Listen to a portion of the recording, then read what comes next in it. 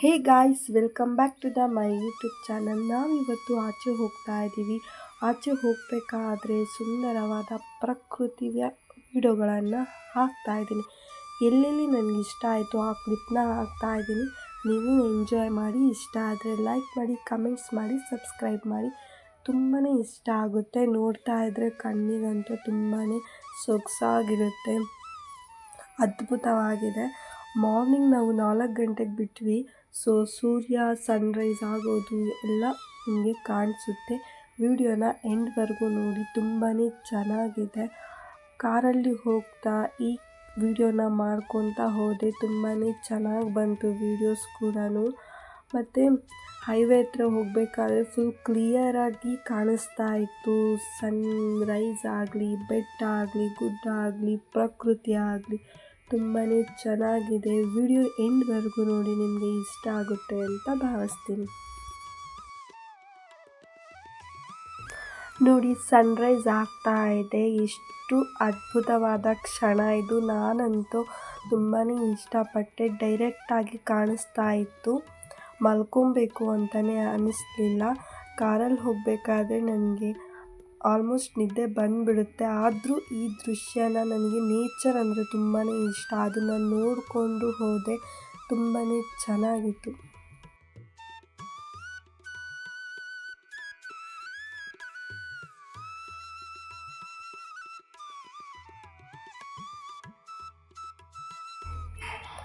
ಈ ಥರ long drive ಹೋಗ್ತಾ ಇರಬೇಕಾದ್ರೆ ಆಲ್ಮೋಸ್ಟು ನೈಟು ನಾವು ಟ್ರಾವೆಲ್ ಮಾಡ್ತಾ ಮಾರ್ನಿಂಗ್ ಆದರೆ ತುಂಬಾ ಚೆನ್ನಾಗಿರುತ್ತೆ. ಇಬ್ಬನಿ ಬೀಳ್ತಾ ಇರುತ್ತೆ. ತುಂಬ ಸೊಗಸಾಗಿರುವಂಥ ದೃಶ್ಯಗಳು ಕಾಣಿಸ್ತಾ ಇರುತ್ತೆ. ಮತ್ತು ತಣ್ಣಗಿರೋ ಗಾಳಿ ಬೀಸ್ತಿರುತ್ತೆ. ಆ ಟೈಮಲ್ಲಿ ಕಾಫಿ ಕುಡಿಬೇಕು ಅಂದರೆ ತುಂಬಾ ನನಗಿಷ್ಟ ಆಗುತ್ತೆ. ನಾನು ಯೂಶ್ವಲಿ ಕಾಫಿ ಟೀ ಕುಡಿಯೋಲ್ಲ, ಬಟ್ ಆಚೆ ಹೋದಾಗ ಈ ಥರ ಕ್ಲೈಮೇಟ್ ನೋಡಿದಾಗ ನನಗೆ ಆಟೋಮೆಟಿಕ್ಕಾಗಿ ಮೈಂಡಲ್ಲಿ ಬರುತ್ತೆ ಒಂದು ಕಾಫಿ ಬೇಕು ಅಂತ. ಆ ಥರ ಕಾಫಿ ಕುಡ್ಕೊತ ಎಂಜಾಯ್ ಮಾಡ್ಕೊತ ನೇಚರ್ನ ಹೋಗ್ಬೋದು ಅಂತಲೇ ಹೇಳಲಿಕ್ಕೆ ಇಷ್ಟಪಡ್ತೀನಿ.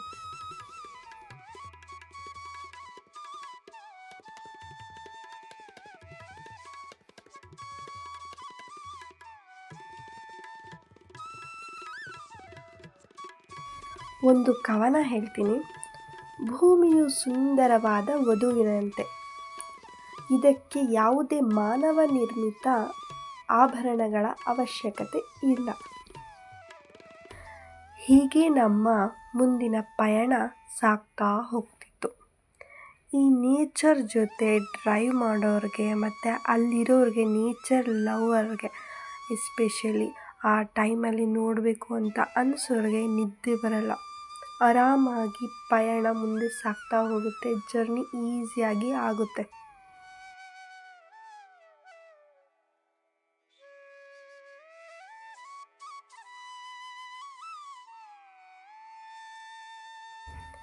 ನಿಮಗೇನಾದರೂ ಈ ವಿಡಿಯೋಯಿಂದ ತುಂಬಾ ಖುಷಿ ಆಯಿತು ಅಥವಾ ಚೆನ್ನಾಗಿದೆ ವಿಡಿಯೋಸು ಅಂತ ಅನಿಸಿದ್ರೆ ಲೈಕ್ ಮಾಡಿ, ಸಬ್ಸ್ಕ್ರೈಬ್ ಮಾಡಿ, ಶೇರ್ ಮಾಡಿ, ಕಮೆಂಟ್ಸ್ ಮುಖಾಂತರ ನಿಮ್ಮ ಅಭಿಪ್ರಾಯನ ತಿಳಿಸಿ.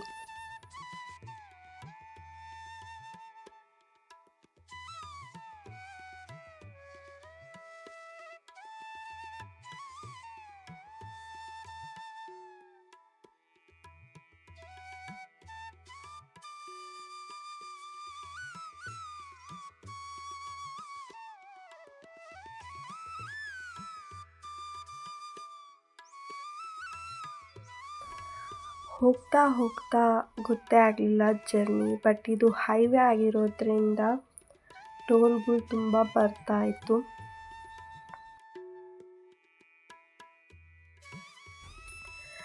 ಇದು ಒಂದು ಮರ, ತಾಟ್ಕಾಯಿ ಅಂತಾರೆ, ನುಂಗು ಅಂತಾರೆ. ಇದು ಎಸ್ಪೆಷಲಿ ನಮ್ಮ ಕಡೆ ಸಿಗೋದಿಲ್ಲ. ಬ್ಯಾಂಗ್ಳೂರು ಸೈಡೆಲ್ಲ ಸಿಗುತ್ತೆ ಅದು ದುಡ್ಡಿಗೆ. ಬಟ್ ಇದ್ರ ಮರ ಜಾಸ್ತಿ ಈ ಕಡೆ ಇಲ್ಲ, ಆಂಧ್ರ ಕಡೆ ಜಾಸ್ತಿ ಇದೆ.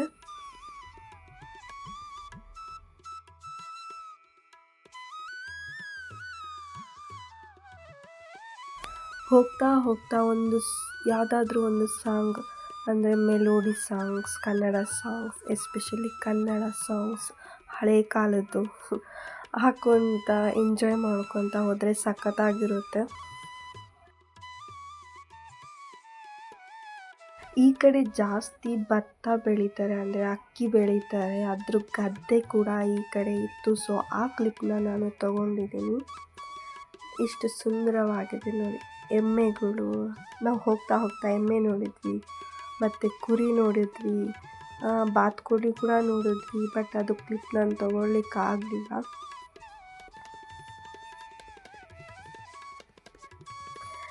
ಆ ಎಮ್ಮೆಗಳು ಕೊಂಬಿರುತ್ತಲ್ಲ, ಅದಕ್ಕೆಲ್ಲ ಕಲರ್ಸ್ ಹಾಕಿದ್ರು.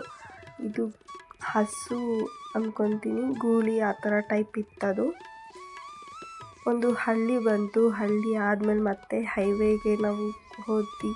ಈ ಥರ ಚೆನ್ನಾಗಿತ್ತು ಅಂತಲೇ ಹೇಳ್ಬೋದು. ಈ journey highway journey, nature journey ಅಂತಲೇ ಹೇಳ್ಬೋದು.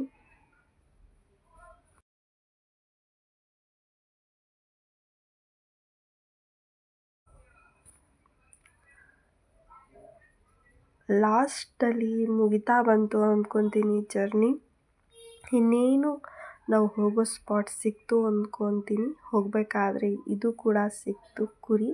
ನಾನು ಹೇಳಿದ್ದೆ ಅಲ್ವಾ, ನೋಡಿ ಇವರೆಷ್ಟು ಆರಾಮಾಗಿ ಒಂದು ವಾಟರ್ ಬಾಟಲು, ಒಂದು ಟಿಫನ್ ಕ್ಯಾರಿನ ಮಾಡ್ತಾ ಇದ್ದಾರೆ. ಅಷ್ಟೇ, ಸರಳವಾದ ಜೀವನ.